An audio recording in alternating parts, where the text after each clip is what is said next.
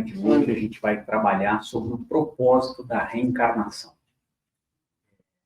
Um tema que é bastante interessante, né, se a gente for parar para pensar.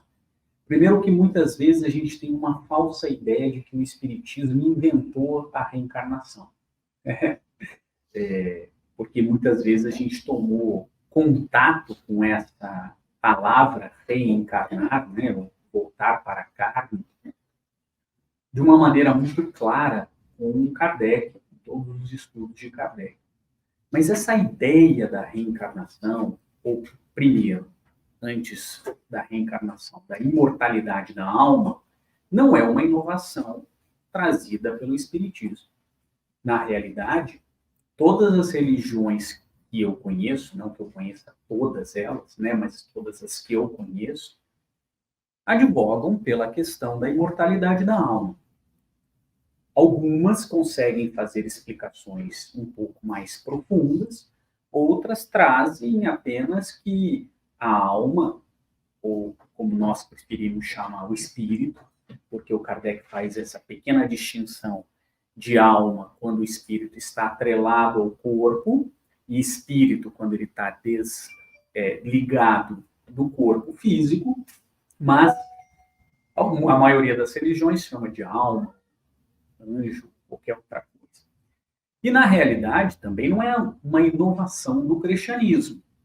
O judaísmo e muitas das religiões do tempo de Jesus já traziam esta ideia de imortalidade da alma.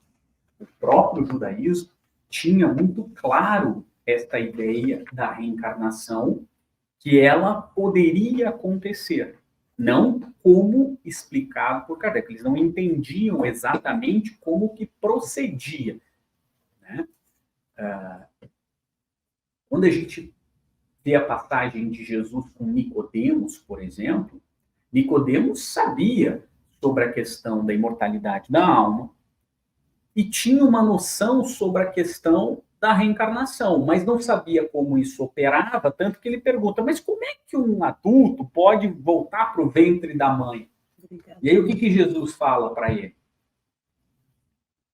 Se você que é doutor da lei não sabe essa resposta, como é que eu posso falar sobre outros assuntos com você? Você que é doutor da lei está escrito lá.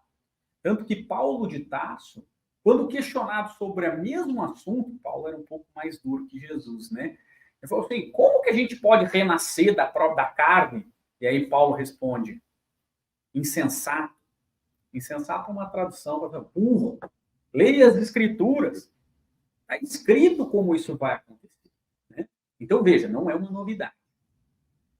Nem todos tinham como se operava esse processo. Mas muitos, todas as religiões tinham essa ideia da imortalidade. Os egípcios, tanto que construíam templos e faziam, por exemplo, o livro dos mortos, para explicar como é que era a passagem para quando você fosse desencarnar, né, ou morrer, como que você ia fazer essa passagem para esse mundo que eles... Porque tinha todo uma parte... vamos dizer assim, um tanto exótica para a gente, né? Mas que, no final das contas, dizia a mesma coisa. Vai pesar o seu coração. O que é pesar o coração, simbolicamente falando? Né? Quando vai pesar, os íris fosse pesar o coração, tinha que ser mais leve que uma pena para você poder entrar. Quer dizer, e aí tem toda a explicação. Isso é a parte simbólica. O fato é, os egípcios não só acreditavam fiamente na imortalidade da alma, como praticavam em seus cultos, mesmo que não entendessem profundamente como isso operava. E não era diferente os romanos. Os deuses romanos, existiam os deuses do panteão, mas também existiam os deuses da própria família. E os deuses da própria família eram os deuses antepassados deles. Então, Roma, na época de Jesus e antes de Jesus, acreditava na imortalidade da alma.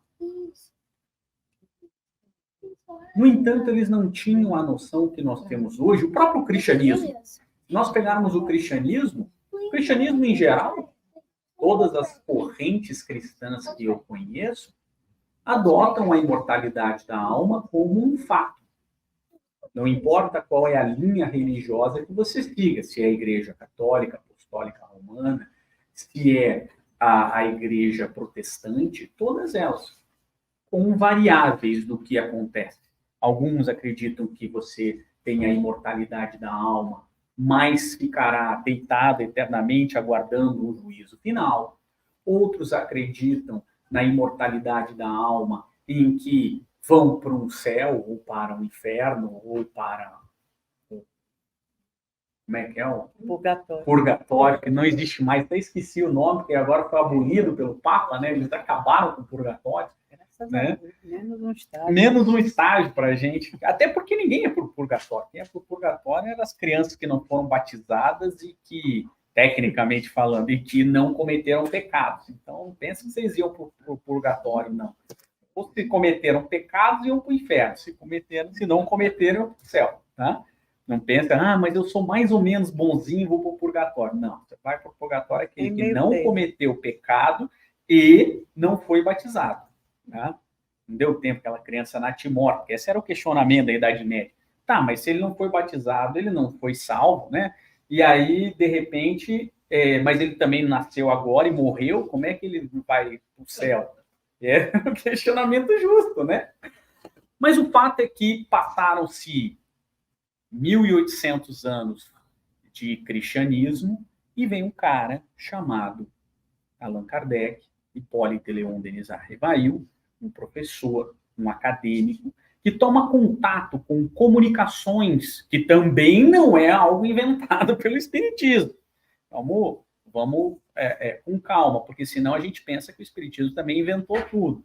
Kardec tomou contato, as comunicações. A mediunidade já existia todo o tempo. Se você ler a Bíblia, José, não é o José pai de Jesus, não. José do Egito, aquele lá, era médium de interpretação de sonhos, onírico. Ele e a irmã dele.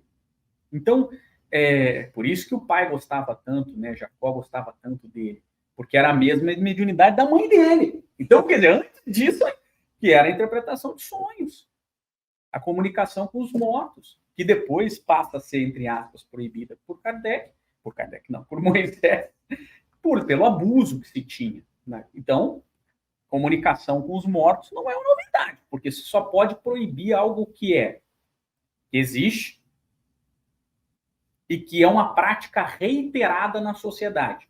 Olha, é proibido todas as pessoas andarem levitando pelo centro. Alguém levita? Entra levitando assim? Então, não tem como fazer uma norma proibindo algo que hoje é impossível. Né? Então, as normas, elas acontecem porque elas são possíveis, são praticadas reiteradamente, porque exige uma atenção do Estado, porque uma coisa que é corriqueira também não é regulamentado. Então, tem que ser uma prática possível e corriqueira. Então, veja, houve a comunicabilidade com os mortos, e aí Kardec, esse professor, esse acadêmico, começa a estudar esse fenômeno de maneira extremamente aprofundada e se depara com princípios que já existiam, mas que ele deixou muito claro: a imortalidade da alma e o processo reencarnatório como fato. Né? Então, aí ele começa a desenvolver essa história, tudo isso que a gente já conhece, né? A gente só está nivelando para todo mundo ficar no mesmo ponto. E aí ele coloca e fala: olha, bom, a imortalidade é um fato que todas as religiões já tinham, mas o fato um pouquinho diferente. Ninguém morre e vira santo. Você morre e passa a ser... Você morre e não morre, quem morre é o corpo físico, e você permanece enquanto espírito sendo a pessoa boa ou o traste que você já era. Né? Então, a gente é o que a gente é, seja encarnado ou desencarnado. O caminho que nós seguimos pós-desencarnação depende de um processo que nós praticamos durante a vida. Tanto que Kardec deixa muito claro lá em Céu e Inferno, ou A Justiça Divina segundo o Espiritismo. Na segunda parte do livro, ele coloca das almas que sofreram, das almas felizes, das almas estão medianas. E há relatos de espíritos, vários relatos entre essas três categorias.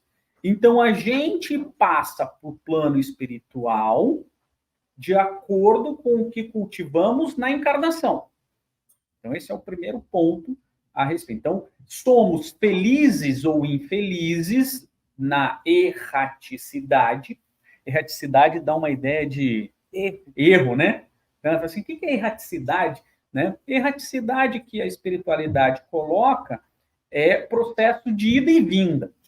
Tá? Aquele que faz esse processo de ida e vinda é um ser errante. Por isso que Caetano Veloso canta, por mais distante do errante navegante, quem jamais, né? Falando sobre a Terra.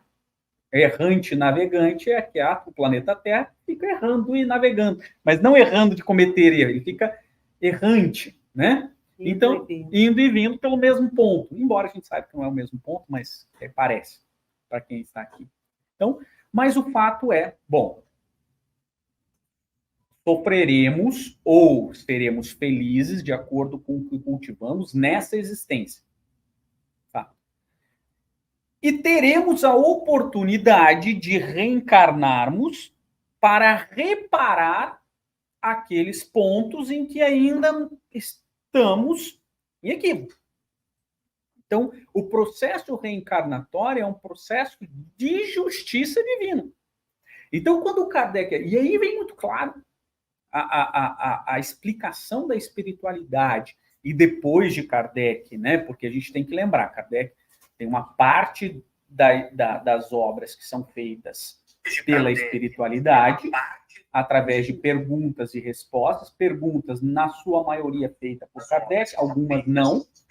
E quando o Kardec começa a sua codificação, ele recebe 50 cadernos de perguntas e respostas que já tinham sido feitas. Ele é responsável por catalogar esses cadernos, essas perguntas, separar aquilo que eram respostas que não faziam sentido e tal, e aí depois ele parte. Tanto que a primeira edição do Livro dos Espíritos é diferente da segunda edição, que tem quase 500 perguntas a mais. Então, Kardec, algumas feitas por ele, e respostas feitas pela espiritualidade, e notas das respostas feitas por Kardec. Depois, no Livro dos Médiuns, a partir dali, você pega, são, óbvio, tudo baseado também no ensino dos espíritos, mas ilações de conhecimento trazidas por Kardec. Tanto o Livro dos Médiuns, como o Evangelho segundo o Espiritismo, o Céu e o Inferno, a Gênesis, são teses trazidas por Kardec através do conhecimento trazido da espiritualidade. Então, só para a gente padronizar esse conceito. Então, Kardec, ele não inventa, mas ele desenvolve o conhecimento através do que veio trazido pelos espíritos. E aí eles nos explicam claramente que o processo de reencarnação que nas outras escolas religiosas, embora algumas até tragam, e tragam de uma maneira um pouco estranha, como você poder reencarnar numa vaca, ou você poder reencarnar num outro bicho, o Kardec deixa muito claro sobre a impossibilidade do retorno do espírito para um ser inferior. A vaca é um ser inferior ao ser humano. Isso não quer dizer que elas são menos piores que a gente. É um processo evolutivo. Ela ainda não tem um espírito com E maiúsculo, como coloca Kardec. Não há uma individualização do espírito dentro do processo evolutivo. Um dia chegará, né? Mas o fato é que a reencarnação, ele é uma justiça divina. Kardec começa a desenvolver essa ideia de justiça divina quando ele fala assim, tá, qual é a justiça de uma criança nascer bem, de saúde e tal, num lugar bem desenvolvido, e poder estudar e tal, e uma outra nasce com fome, num país carente, necessitado. Que Deus é esse? Ou a gente não acredita em Deus, é uma opção, tem gente que não acredita, ou se a gente acredita em Deus e se depara com uma situação como essa, a gente acha que Deus é injusto. Poxa, que injustiça é essa? Por que que uma criança tem todas as oportunidades da vida e outra, com 5 anos, desenvolve um câncer e passa dores horríveis? Qual foi o pecado que ela cometeu nesses 5 anos que justifica isso? Então, o processo reencarnatório é um processo de justiça divina. É a oportunidade de repararmos equívocos do passado através, nesse mundo, de provas e expiações, porque existem reencarnações em outros mundos. Nós só paramos de reencarnar quando chegamos ao estágio de espíritos puros. Até chegarmos a esse estágio, nós temos a necessidade de reencarnar. Tá? Então, mesmo em mundos muito mais avançados, como Júpiter, por exemplo, lá na revista Espírita, há um processo reencarnatório, diferente do nosso. A vida dura em torno de 500 anos, a infância é bem reduzida, não há um esquecimento pleno do passado, porque não há tantos débitos assim equivocados, tantos desvios, né? Então, é um processo diferente, porque é um planeta com... Não é Júpiter Flórida, tá? Júpiter planeta. Né? É um planeta mais evoluído que o planeta Terra. Dentro do nosso estágio evolutivo, provas e expiações, todos estamos aqui num processo educativo, reencarnatório, de reparação de equívocos do passado. Então, esse é o padrão. E aí, qual é? Aí, chegando, depois que a gente fez 23 minutos de introdução para que todo mundo fique no mesmo, né, dentro da mesma... Qual é o propósito? Aí chegamos no tema de hoje. Qual é o propósito da reencarnação? Evolução espiritual? Reparar os erros do passado também. E a evolução é mais ampla do que a reparação, né? Galgar novos caminhos. Evolução. No final das contas, qual é o grande propósito? E a gente discutiu sobre isso, né? Conversamos sobre isso. E talvez o resumo... talvez o resumo... E aí a Marisa colocou isso, e eu pensei depois um pouco mais sobre isso. Então, no final das contas, o propósito é desenvolvermos o amor. O amor, não como esse, não só o amor que a gente tem esse amor comum, né? Existem várias modalidades de amor. O amor filis, o amor eros, o amor caritas, né? Existem várias formas de amor, porque o amor é uma palavra muito abrangente. Mas eu pensei que o amor, ele não só é o propósito, como é o caminho. Ele é o propósito, ele é o objetivo, mas ele é o caminho para atingir esse objetivo. Então, esse amor. E, na verdade, o que a gente estava conversando não foi novidade. Aliás, Paulo Starr escreveu isso na Carta aos Coríntios, na parte 13, que todo mundo conhece, é só o amor. Não é isso? Pelo menos a gente conhece a parte cantada, não conhece? Letra de Paulo de Tarso, música de Renato Russo. Pelo menos a parte musical a gente conhece. Uma coisa que chama atenção é quando a gente, né, vai ver a história de Jesus, por exemplo, né, um espírito crístico, como você disse, que é o posto mais alto, né? Ele ocupa o posto mais alto dentre os espíritos puros, né? Então, quando a gente vê a história de Jesus, a gente vê um espírito muito mais avançado do que nós, né? Pelo menos 4,5 bilhões de anos à frente, em termos de evolução, vir até nós, no estágio que nos encontrávamos, né? Bem rastejantes ainda em termos de sentimentos, e ele vem nos dizer que nós precisávamos aprender a amar. Né? Amar a Deus sobre todas as coisas, ao próximo como a si mesmo. Então, era o amor, ou seja, como se o amor fosse a centralização de todos os sentimentos. A gente fala o amor, mas a gente, para galgar esse amor, como ele falou, nós temos que aprender, passo a passo, a sentir mais, ter um sentimento mais refinado até chegar nesse amor que a que ele se referia. Então, a gente hoje olha os nossos filhos e assim, eu amo meu filho. Mas será que a gente já ama esse filho com o mesmo amor que Jesus nos disse, que era o amor que a gente precisava ter por todos, inclusive pelos inimigos? Aí, de repente, como a Ayrton disse, uma construção, né? A gente vem construindo. E se, de repente, como as reencarnações têm também esse propósito de nos fazer melhores, porque vamos nos reencontrando com os inimigos do passado, às vezes, parindo eles.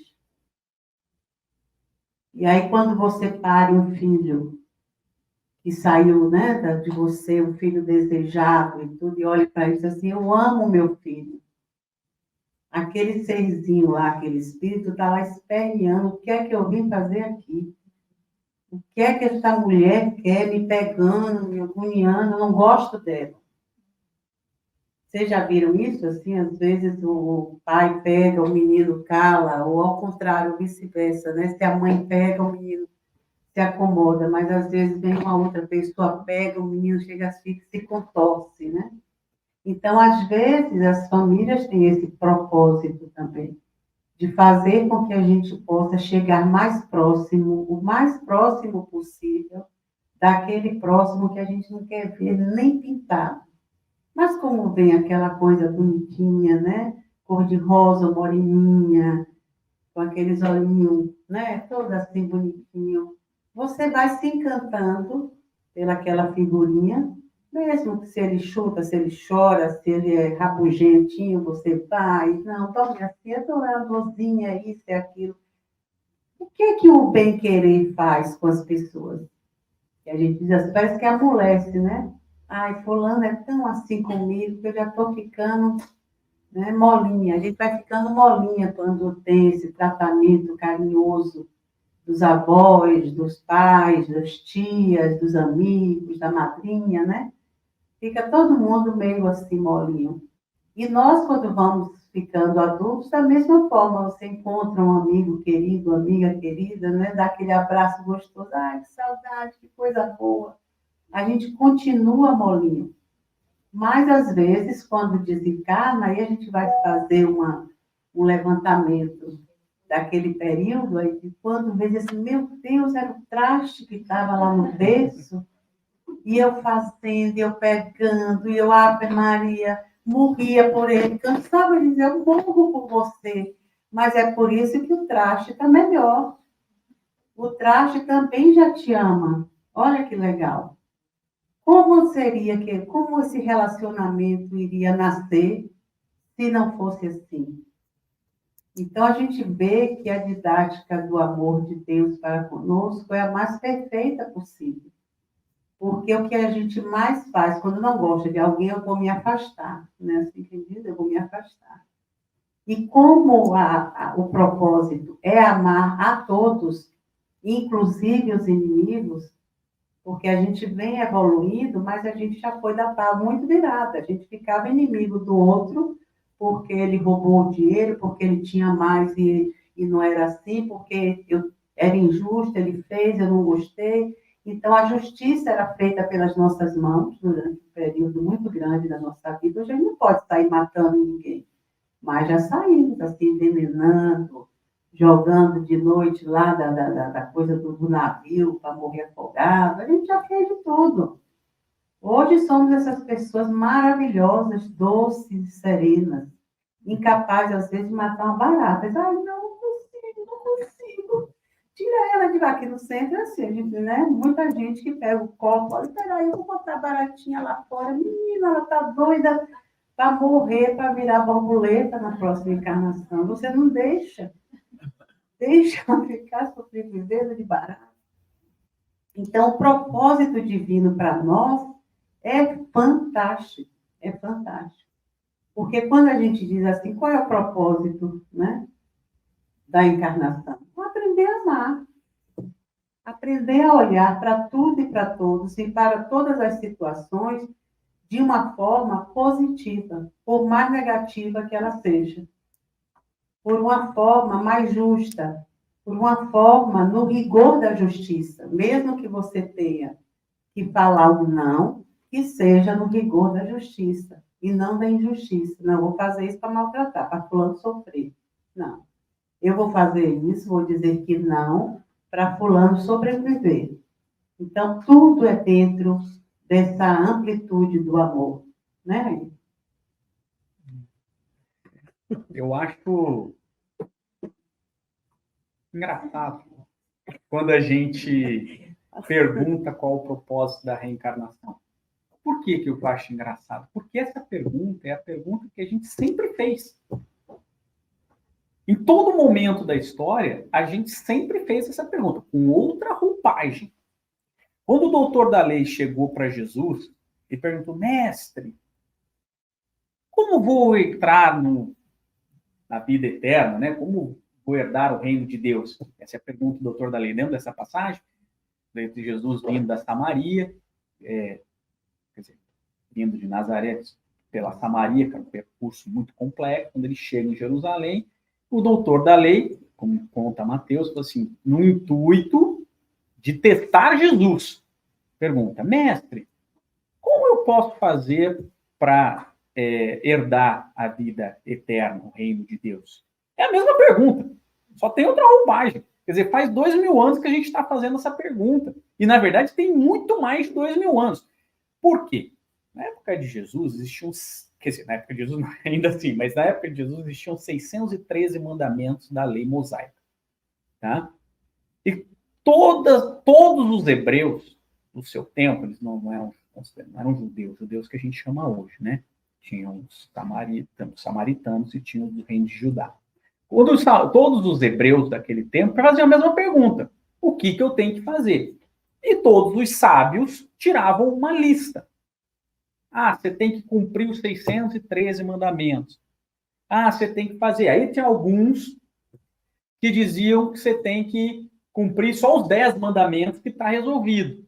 Porque os outros 603 estariam contidos dentro dos 10 mandamentos. Tinha outros ainda sábios que diziam, não, você só precisa cumprir o primeiro mandamento. Então, quando o doutor da lei pergunta qual o propósito da minha reencarnação, essa pergunta com outra roupagem, né? Porque eu vou reencarnar até chegar nesse propósito. Quando ele pergunta isso, ele está perguntando para Jesus o que eu tenho que fazer. Esperando que Jesus dê uma lista. É isso que ele esperava, que Jesus tirasse da túnica, do bolso assim da túnica, acho que não tinha bolso, né? A túnica não tem bolso, eles carregavam uma bolsinha assim. Tiravam do bolsinho uma lista e falavam, tá aqui, ó. Cumpre isso aqui e está resolvido. O que Jesus faz? Jesus, de maneira muito inteligente, ele falou assim, o que está escrito na lei e como você a entende? Então, Jesus, ele não... Genial, porque todo gênio, todo filósofo genial, ele responde uma pergunta com outra pergunta. E Jesus é tão genial que ele responde com duas perguntas. Como o que está escrito na lei e como você entende.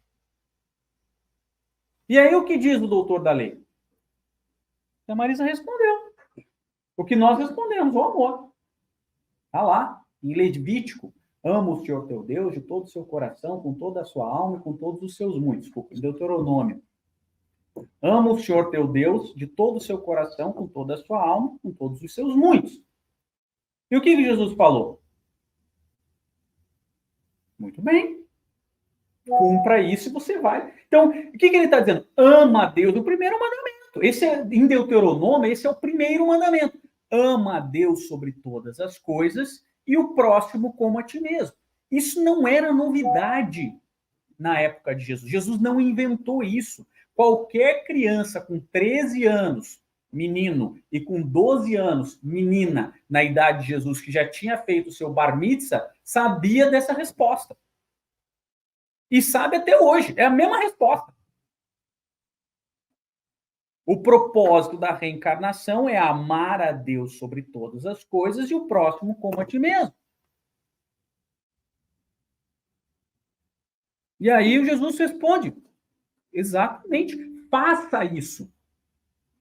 Porque desde a época daquele tempo já se tinha. Você só ama a Deus quando você ama o seu próximo. A proporcionalidade de como é que mede a proporcionalidade de quando você ama a Deus é o quanto você ama o seu próximo. O quanto de caridade você faz para o seu próximo. Porque o amor, é aí que veio a minha ideia. O amor, ele é o destino, mas ele é o caminho. Ele é o destino de todos nós, mas ele é o caminho. E aí, mas aí o doutor da lei complementa, mas quem é o meu próximo? Porque a questão é, tudo bem, você está falando que eu tenho que amar. Só que essa expressão não existia a maioria sabe, eu estudo a Bíblia em hebraico, né? Faço um curso da Bíblia em hebraico. Essa palavra próximo não existe em hebraico, tá? É irmão.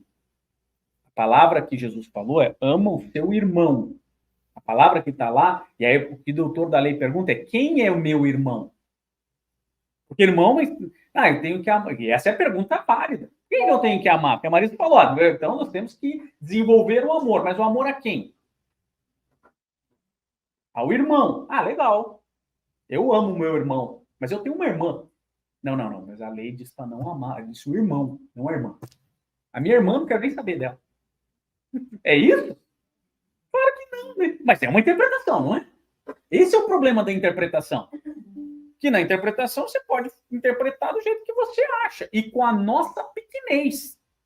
Porque o problema não é o que Jesus disse, o problema é como nós vemos com a nossa pequenez. E aí, essa era a pequenez. Por quê? Porque lá em Levítico, lá em Levítico diz, ó Israel, não julgue, não tenha discórdia para com o teu irmão. Não tenha desídia para com o teu irmão. E os doutores da lei entendiam que o irmão é somente o hebreu. A maioria dos doutores da lei entendiam, no tempo de Jesus, que eles não poderiam cometer essa violação ou deveriam amar o povo escolhido de Israel. Mas Jesus traz o entendimento de Hiléu. Hiléu, já sabe quem era Hiléu? Hiléu era avô de Gamaliel, que era mentor de Paulo de Tarso. É um dos grandes nomes do judaísmo, as melhores interpretações que nós temos da Bíblia, que nós temos até hoje, foi feito por Hiléu, um gênio. Um gênio. E ele não conheceu Jesus, porque ele morreu muito antes. Gamaliel também conheceu Jesus. Gamaliel só conheceu Jesus no final ali. Só os ensinamentos. Embora ele fosse contemporâneo de Jesus, estivesse vivo na época de Jesus. Mas, então, o neto dele, Gamaliel, que já era um gênio, que treinou Paulo de Tarso. E Léo falava, não, o seu irmão são todos os seres humanos. Todas as pessoas. E o Espiritismo ainda vem aprofundar mais isso. Sabe quem é o nosso irmão?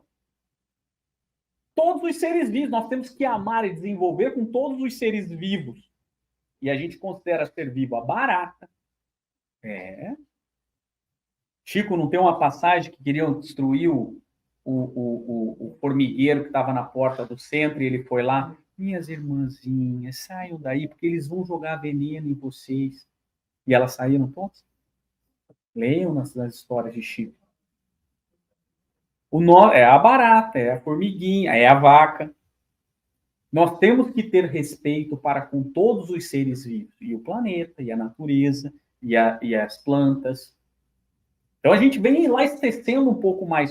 Mas é claro que aqui nós estamos que falando um pouco mais profundamente do desenvolvimento, principalmente do irmão, do amor para com todos os seres. Tanto que Jesus faz aquela belíssima passagem do bom samaritano, nos colocando na posição de caído e colocando como é que a gente tem que amar. Porque daí, quando a gente está caído, quem que a gente quer que ame a gente? Qualquer pessoa. Quando a gente está sofrendo, quando a gente está com dor, quando a gente está tendo um ataque cardíaco na rua. Eu sempre uso essa... Você está tendo um ataque cardíaco na rua e aí vem a ambulância, desce um negro homossexual. Não me ajude porque eu não gosto de negro. Ou não encoste em mim porque eu não gosto de homossexual. Você vai falar assim, não, pelo amor de Deus, mesmo que você odeia, ou que você tenha esse ódio dentro de você, você quer ser atendido por qualquer pessoa. Então é isso que Jesus nos coloca, na posição de caído. Não é na posição de quem que eu vou servir. Quem que eu vou ajudar dentro da minha grandeza? Não, se coloque na posição de caído e veja quem que você precisa de ajuda. E se você falar que não importa qual é a raça que essa pessoa tem, qual é a cor que essa pessoa tem, qual a religião que essa pessoa tem, qual o time de futebol que essa pessoa tem, qual é a opção sexual que essa pessoa tem, desde que ela te ajude quando você estiver passando necessidade, inverta a situação e ajude qualquer uma dessas pessoas. Essa é a genialidade de Jesus. Então, o próximo são todas as pessoas. O desenvolvimento do amor são todas as pessoas. Até aquele que você não gosta. Ele exemplificou isso até na escolha dos discípulos, né? De ter um grupo de pessoas ao redor dele, cada um era de um jeito. Ele podia dizer, não, eu vou chegar lá, vou pegar só o pessoal mesmo que esteja com vontade de me ajudar, para não ter muito trabalho com aquele pessoal ainda duro, de coração. Mas é com os duros, né? E todos pensando de uma maneira diferente, uns sábios, outros completamente ignorantes, e é como somos nós, né? A gente anda em bandos e não somos porque fulano pensa igual a cicrano. Não, em algumas coisas, mas quando você vai ver mesmo, todos nós temos caminhadas diferentes, né? Ninguém anda assim coladinho, né? Senão não se completava. Porque justamente o que nos completa é que o que o outro tem, né? E que o outro também pode oferecer para aquele que está dando. Então, por isso que a construção dos sentimentos que envolve o amor como centro, né? A gente diz o amor, mas são todos os sentimentos que a gente precisa desenvolver. A gente, às vezes, quando está na vida física, desculpa, quando está... Estou te dando, você não... mas esse é o seu. Quando a gente está na encarnação, né, caminhando, nós temos muitas tarefas, nós temos muitos amigos, muitos poucos amigos, inimigos às vezes, e pessoas difíceis, pessoas mais fáceis, né? E às vezes a gente tende a querer selecionar isso. E é uma bobagem. O bom é se envolver com tudo. Por isso que uma vida no centro espírita, ela é muito boa por isso, porque nós andamos num bando diversificado e é assim, e a gente vai convivendo e a gente discorda, concorda, ou não importa, né? E a gente vê, às vezes, que um grupo fica, alguns, né? Alguns saem, outros entram, outros se mudam, e às vezes, mesmo nas mudanças, as pessoas continuam coligadas devido ao trabalho espiritual. Então, isso é muito legal, a gente ter uma coisa forte em comum, que é a consciência de que o que nós estamos fazendo hoje aqui, sentado ouvindo alguma coisa dentro de um ambiente espiritual, parece, puxa, eu podia estar em casa, fazendo, acontecendo, lavando, comprando, podia ter ido ao shopping, podia... Mas se a gente não tirar um momento para enxertar essa construção, a gente termina não saindo da encarnação sem muitos valores agregados, né? Então, quando a gente sabe que precisa que isso aconteça, a gente começa a trabalhar em favor disso. Porque não é fácil a gente fazer uma construção espiritual. Porque, como Jesus fez conosco, ele só conseguia fazer isso porque ele estava a serviço de Deus para nós. Então, ele era um enviado de Deus para nos amar e nos servir. Que é diferente de a gente trabalhar por alguma coisa. Não, eu trabalho fazendo isso, fazendo aquilo, é diferente. Você é remunerado pelo que faz, é outro departamento. Quando a gente passa uma encarnação conscientes de que precisamos aprender a amar, imediatamente a gente tem que perguntar, puxa vida, eu vou ter que criar disposição para servir ao outro, seja ele quem for, seja meu amigo, meu inimigo, meu conhecido, meu desconhecido, né? Então, quando a gente se propõe a isso, é muito interessante como fica mais leve, muito mais leve o caminhar.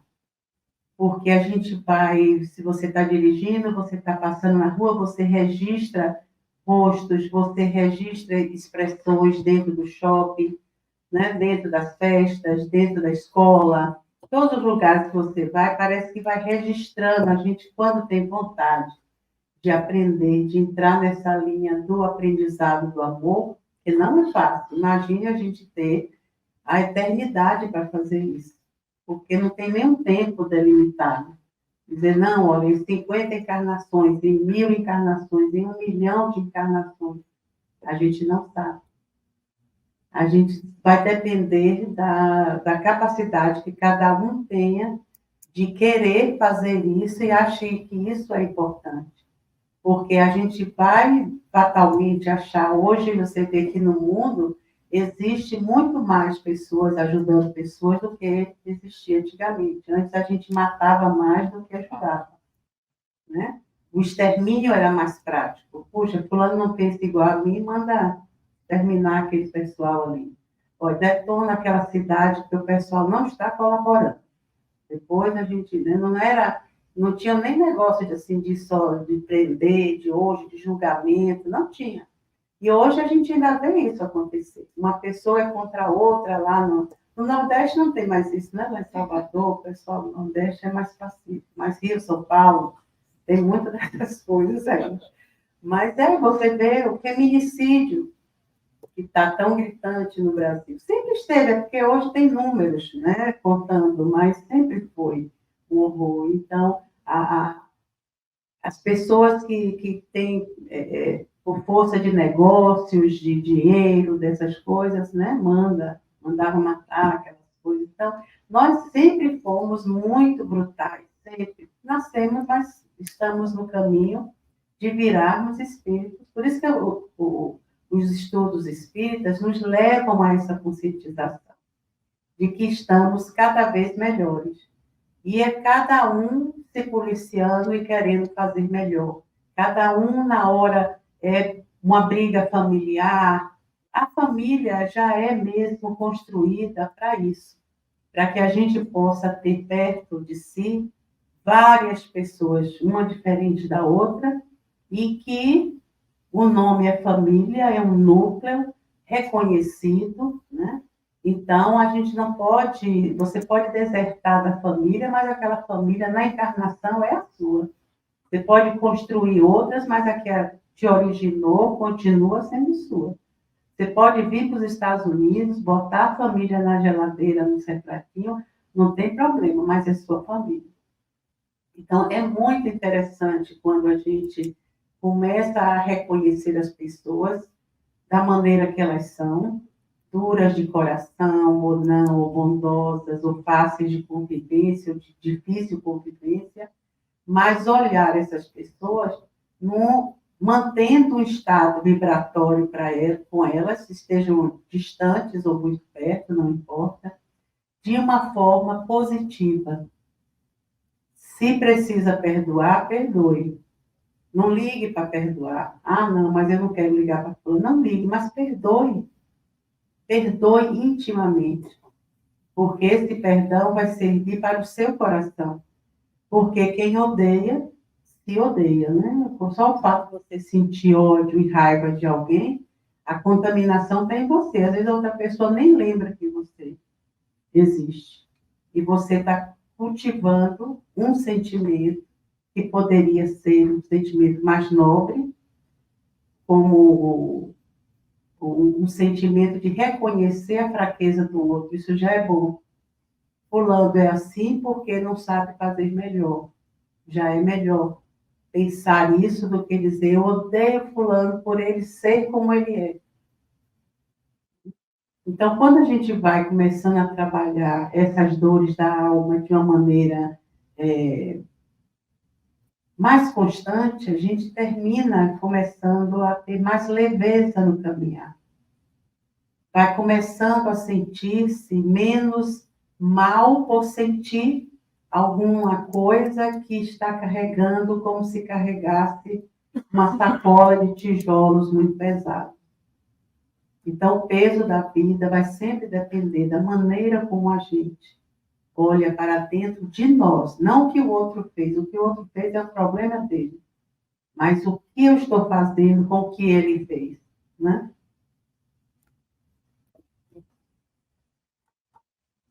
Uma outra pergunta que eu fiquei pensando, né? A quem nós temos que amar? O que o Espiritismo fala, né? Dentro dessa linha de raciocínio. Como que a gente exemplifica? Como que o Espiritismo exemplifica isso, né? Eu lembrei de André Luiz, né? Para quem não conhece o nosso lar, André Luiz espírito, né? Que passou pela Terra, foi médico e tal, não sei o quê, e sofreu um tempo no umbral. E durante esse sofrimento, até ele chegar na colônia espiritual de nosso lar, a mãe dele já estava num processo evolutivo muito maior, num outro lugar, né? Muito mais. Estava pedindo para que ele fosse amparado durante todos esses anos que ele passou no umbral. Até que um dia ele foi amparado e tal, não sei o quê, parari, parará, e beleza. E aí, quando ele tomou conta de si, começou a ajudar e tal, isso e aquilo, e ele queria saber o pai, onde que o pai estava. E o pai estava no umbral, junto com as duas ex-amantes dele, sofrendo no umbral, sofrendo e tal, não sei o quê. E nada do que eles faziam despertava ele para que a necessidade de sair dessa situação. Porque o umbral é um estado de espírito. A partir do momento em que a gente desperta, a gente sai daquele padrão vibratório, entra num outro padrão e começa a se conectar com outras almas, né? E aí, eu vou chegar, só para a gente ficar na mesma página, eu vou chegar no nível de amor. E aí a mãe dele, a mãe de André Luiz, que já estava lá no outro patamar, vai conversar com André Luiz, né, e fala assim, filho, a gente vai ficar um tempo sem se ver. Ah, é? Por quê? Porque seu pai vai reencarnar e eu vou também, e a gente vai ter as duas amantes dele, que foram amantes, como filhas. E eu vou tê-las como filhas. Esse é o nível de amor que o Espiritismo fala. Esse é o nível de amor. É o resgate pelo amor. Então, ela, que já estava num patamar muito, que nem precisaria talvez reencarnar aqui, por amor ao ex-cônjuge, por amor àquela alma, vai reencarnar com ele e vai auxiliar ele e as duas meninas que ele desviou do caminho do bem, né, para um caminho da promiscuidade e tudo mais, vai resgatar todos eles por amor e vai amar aquelas meninas. Agora, como o processo de reencarnação é de amor, mas também aquele que não amar vai resgatar pela dor, é aquele que desvirtuou sexualmente, vai ter duas filhas desvirtuadas sexualmente na adolescência.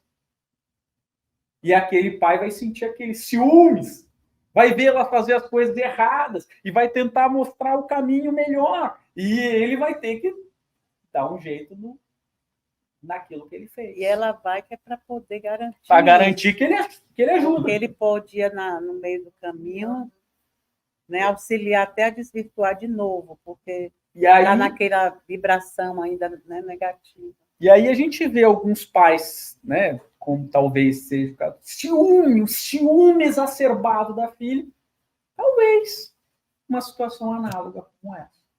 Não gosta de nenhum namorado. Né?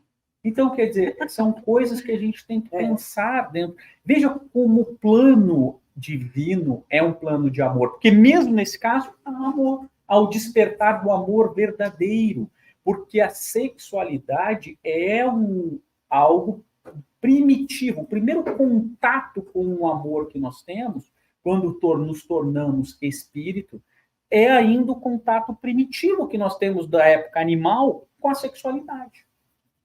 Isso não sou eu que estou dizendo, foi Jesus que falou. Jesus falou para Maria Madalena. Quem não conhece essa passagem, leia. Na Boa Nova, Maria de Magdala. É onde Jesus está dizendo isso para ela. E que o ajuste do amor, o desvio era a sexualidade que ela praticava, né, de maneira exacerbada, e o ajuste é o amor puro para com todos. Por isso que ela termina a encarnação cuidando do filho dos que não nasceram do ventre dela, dos leprosos, os excluídos. E aí, quando ela morre, depois de longo tempo prestando serviço aos leprosos, também de lepra, é recebida por Jesus. Vocês querem ser recebidos por Jesus? Quando desencarnarem? Amém. Amém. Amém. E a Marisa tocou num ponto que eu acho que daí a gente já vai para a minha conclusão, e daí já passo. Se o processo, se o propósito da reencarnação é desenvolvermos o amor e que nós estamos reencarnando por várias vezes, a pergunta é, estamos desenvolvendo esse amor? Porque coletivamente, a Marisa tocou Você está servindo a quem? Pois é, mas coletivamente o mundo está mais amoroso? Tá. Por mais que a gente... Isso foi até uma discussão interessante que nós tivemos numa das aulas, foi levantado, assim, mas o mundo está pior. Para quem? É claro que quando a gente pega uma lupa e vê as atrocidades que foram feitas na guerra Rússia-Ucrânia, na guerra Israel e Palestina, quando a gente pega com uma lupa essas atrocidades, é claro que a gente pode chegar à conclusão que o mundo está pior. Mas é porque nós estamos usando uma lupa. No século passado, nós matamos até 1920, quase 30 milhões de pessoas em guerra. De 1901, quando começa o século, até 1923, né? Para fazer um paralelo com o mesmo intervalo de tempo na Primeira Guerra Mundial, em 4 anos, de 1914 a 1919.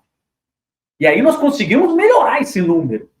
Claro que a gente ainda tem bastante tempo ainda nesse século, mas provavelmente não vamos cometer a mesma atrocidade. Matamos 50 milhões até 1940. E conseguimos melhorar esse número no século passado. Nós matamos 100 milhões de pessoas em guerra. 100 milhões de pessoas em guerra. De 1901 a 2000. Vocês acham que o mundo está pior? Não existe uma coisa que o mundo esteja pior. Feminicídio. Sempre aconteceu. É que agora está sendo noticiado, né? Assim, é lógico, contado. E tem que ser. A evolução, às vezes, é mostrar. Às vezes não acabou. É óbvio que não acabou. É óbvio que nós estamos passando ainda por essa atrocidade. E era pior justamente porque não havia controle, né? Não se sabia o que acontecia. Né? Então a gente tem uma perspectiva, porque o processo reencarnatório é para mim, para minha melhora, para da Marisa, mas é também do planeta. Todos estão passando, estão desenvolvendo o amor, cada um a seu nível. O mundo está melhor. A gente pode achar que não, mas ele está. Na época de Jesus, quem não era cidadão romano poderia ser esculachado pela polícia de Roma, pelo soldado romano, e não ia acontecer nada. Aliás, essa é toda a história de Estevão. O pai de Estevão, tudo o que aconteceu com Estevão, quem não conhece a história, leia Paulo e Estevão. Tudo o que aconteceu com Estevão foi graças o pai do Estevão dar um bom dia para um oficial romano e ele esculachou e deu umas porradas no pai dele. Aí ele ficou bravo, voltou e não falou, o outro foi lá e bateu porque ele não falou. E aí tudo se desenrolou através dessa trama. Hoje, se um policial dos Estados Unidos esculachar um ilegal aqui, quem não é cidadão americano, pode ter certeza, existe um visto só para isso, chama visto U, só para quem esculachar pela polícia e ganha até cidadania americana. No caso, ganha green card. Então, veja, Você não pode dizer que a lei piorou. Você não pode dizer que a lei piorou. Então, em 2000 anos de história, a pessoa tinha o direito de te esculachar, porque você não era cidadão. Hoje, se ele fizer isso, além dele ser processado, existe uma proteção do Estado. Mesmo que ela não aconteça em todos os casos. Mesmo que não aconteça em todas as situações. Mas já é uma abertura. Né? Hoje nós temos uma proibição. Ninguém pode bater numa mulher. Antes era um direito do marido fazer isso. E o que é pior, a própria mulher aceitava esse direito. Nós tivemos agora, recentemente, o dia de comemoração do Dia da Mulher. Que aconteceu, uma das coisas que aconteceu, porque as mulheres começaram a reclamar, o cara fechou a fábrica e tacou fogo e matou todas elas. É por isso que tem essa comemoração, um dos motivos que tem que aconteceu. E agora, ninguém mais reclamou a partir daquele momento. Às vezes é porque no Brasil não existe o controle da lei como Exato. para as mulheres, mas aqui eu já vi N casos de, olha, qualquer coisa, se o cidadão chegar ali perto, sabe, você vê passando ali, chama a polícia, menino, só você vendo, é na hora.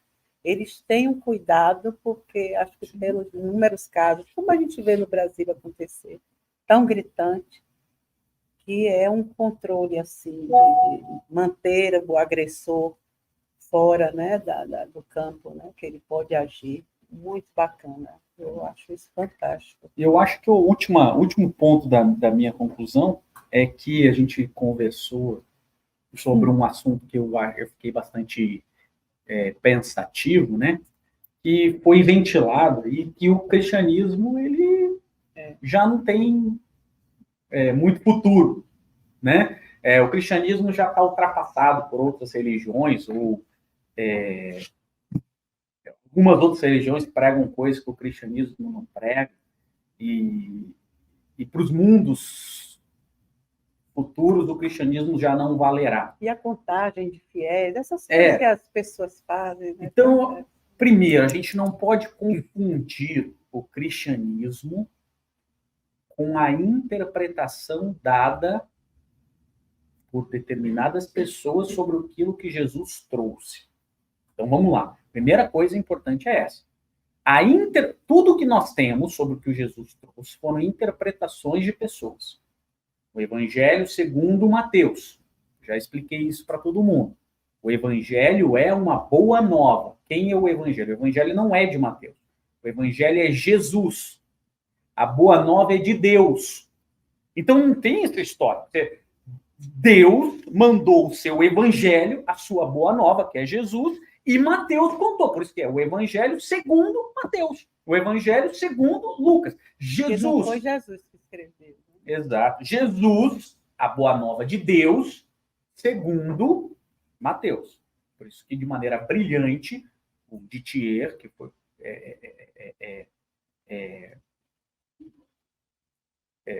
de Kardec, foi o cara que editor de Kardec, sugeriu que Kardec mudasse o nome do Evangelho segundo o Espiritismo para o Evangelho segundo o Espiritismo, ao invés de imitação do Evangelho, como queria Kardec. Tá? Kardec, até chegando lá, ele falou, não. Por isso que, de maneira brilhante. Então, o Evangelho, Jesus, o Evangelho segundo o Espiritismo. E aí vamos fazer o que o Espiritismo nos traz sobre Jesus, porque eu acho que é uma coisa muito importante. Jesus, esse Espírito que a gente conhece como Jesus, ele é o Cristo. Marisa já falou, eu gosto de falar isso. Cristo é o responsável por um planeta, é o espírito que chegou no mais alto grau evolutivo dos espíritos puros. Esse é Jesus. Não é que ele é um espírito puro. Ele é um espírito puro, e lá tem uma cadeia que a gente não sabe, evolutiva, mas isso está lá na Revista Espírita.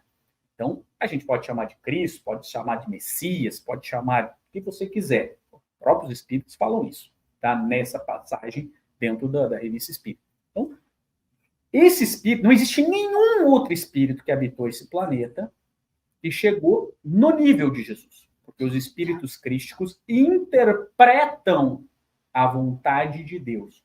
Quando a gente, ainda no nosso estágio, apenas acredita na existência de Deus, ou confia um pouco em Deus aqueles que já chegaram um pouco mais evoluíram um pouquinho mais dessa crença. Mas espíritos crísticos, eles aplicam a vontade de Deus. Isso é o que diz, aliás, o Evangelho de João. No princípio era o Verbo, e o Verbo era Deus, e o Verbo estava com Deus, e o Verbo é Jesus.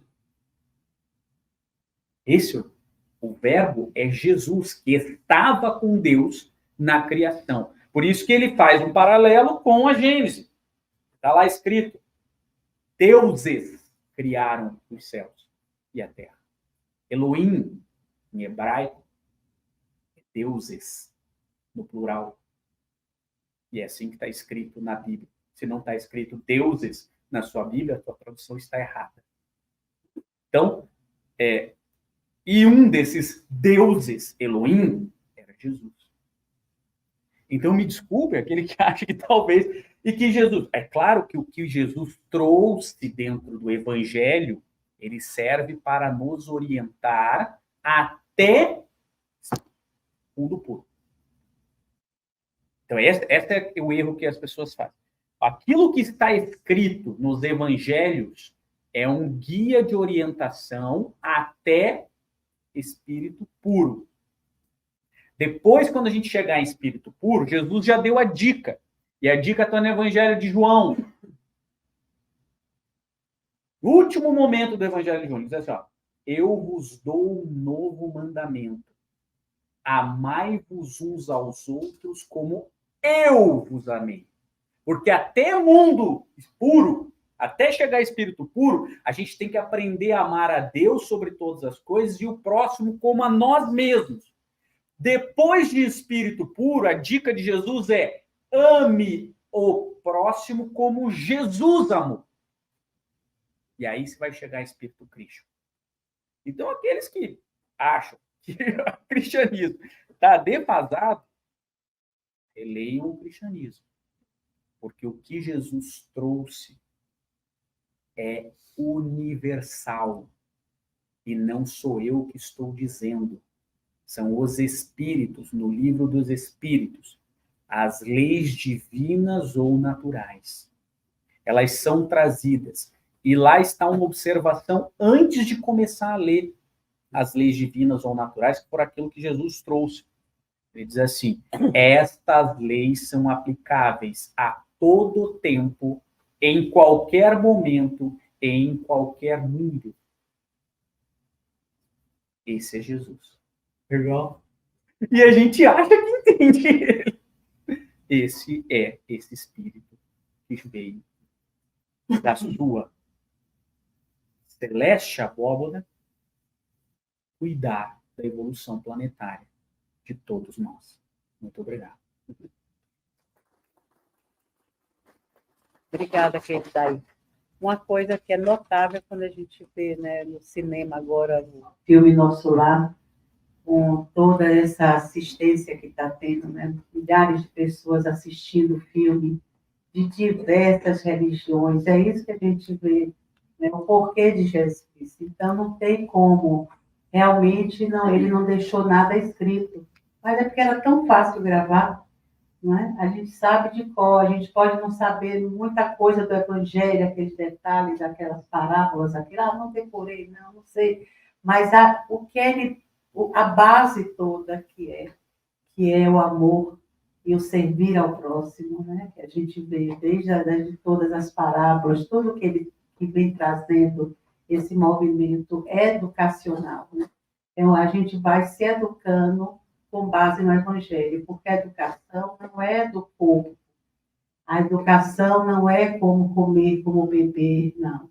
É a educação da alma. O que eu posso fazer para me sentir melhor, porque o mundo vai girar, eu vou reencarnar muitas vezes, vão ser muitos os desafios, e como a gente nunca anda para trás, a gente só anda para frente, mesmo que devagarzinho, a gente encontrar uma maneira de poder, a cada encarnação, de agora por diante, principalmente por causa da regeneração, podermos sentir mais essa força que tem em cada um de enfrentar, superar e viver os seus problemas de uma forma construtiva, nunca se destruindo nem destruindo ninguém.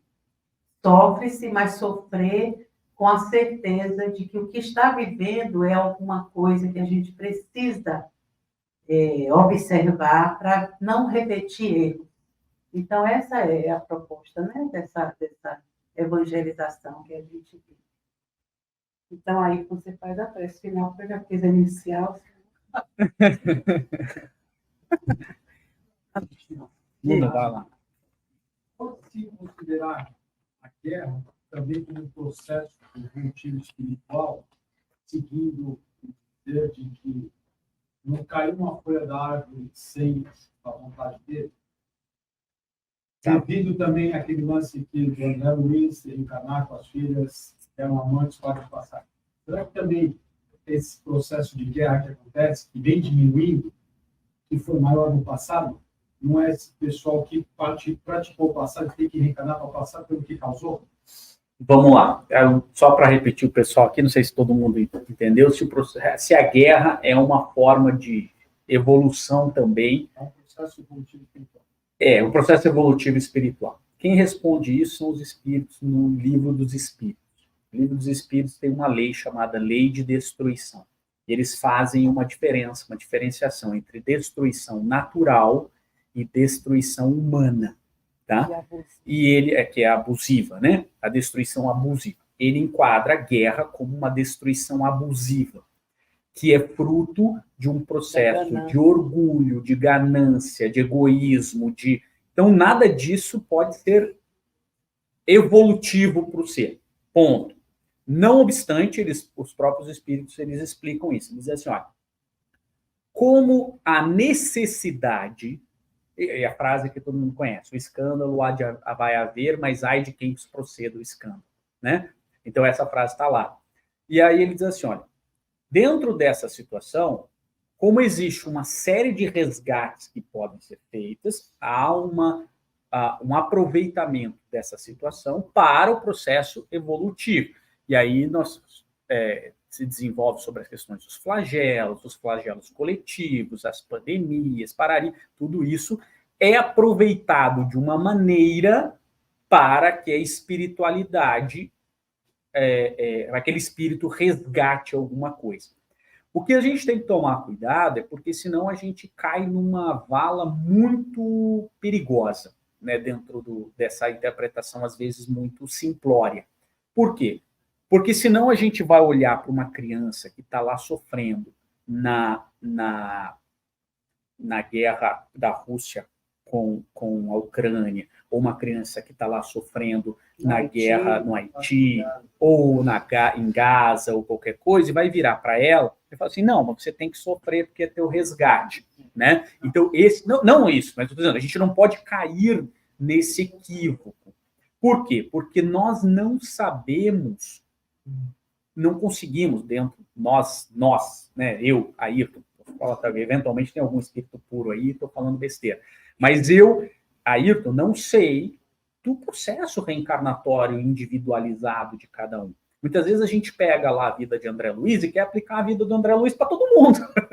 E não é assim. O André Luiz é a vida dele, é um exemplo, é só para a gente nos guiar sobre as consequências, né? Então, vale essa observação, porque senão a gente cai, e a gente não fala isso, e às vezes a gente está sendo assistido por uma série de pessoas que não necessariamente conhecem o espiritismo, isso fica na internet, assim, não, então o espiritismo acredita que todo mundo que está sofrendo merece sofrer. Não é isso.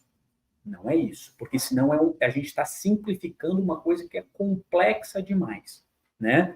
O que o espiritismo diz é que esses eventos, sem individualizar, eles são aproveitados pela espiritualidade para expiações e provas de determinados espíritos no processo evolutivo.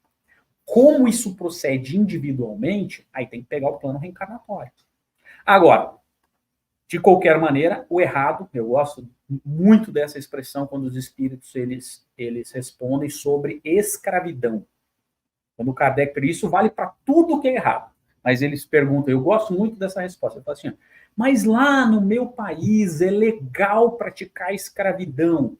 Eu posso praticar essa... Lembra que Kardec estava escrevendo em 1860, e a escravidão no Brasil só acaba em 1889.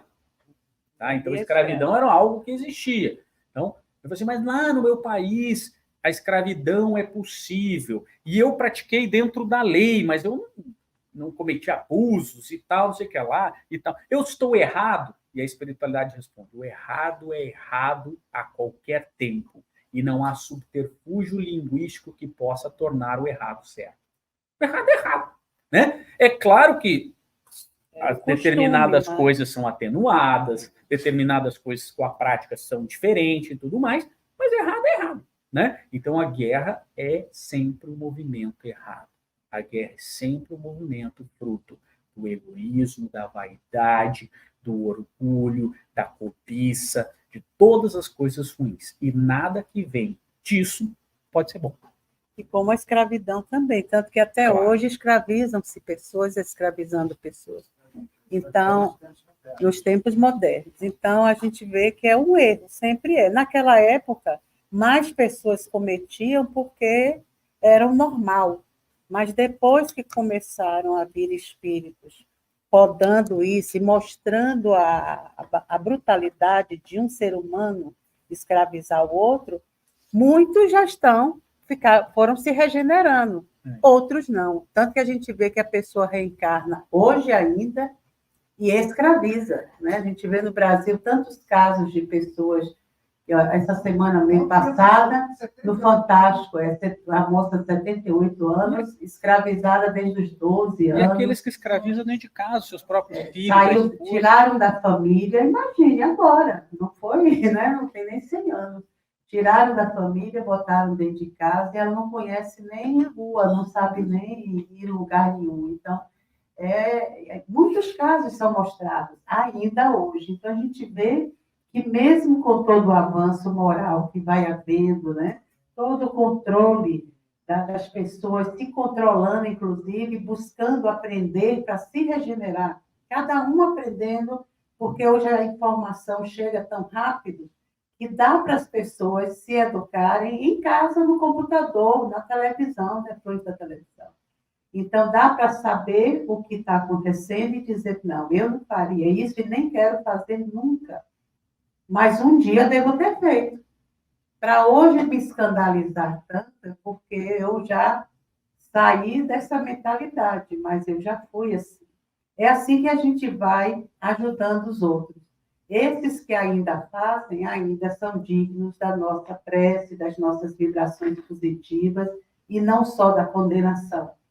Então, quando a gente vê aquelas pessoas sendo presas e se responsabilizarem pelos erros, a gente deve vibrar e dizer, puxa vida, que essa poda agora, esse sofrimento que vai cair em cima, possa servir de alavanca, né? Que a pessoa chega no fundo do poço por isso, vai encontrar aquela alavanca e dizer, não quero mais ser assim, não quero mais sofrer assim.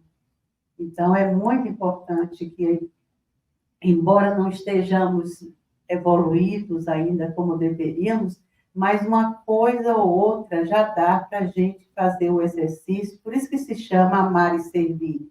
A gente não está servindo ao outro por nada, porque somos bonzinhos. É porque esse servir, a gente recebe de volta, né?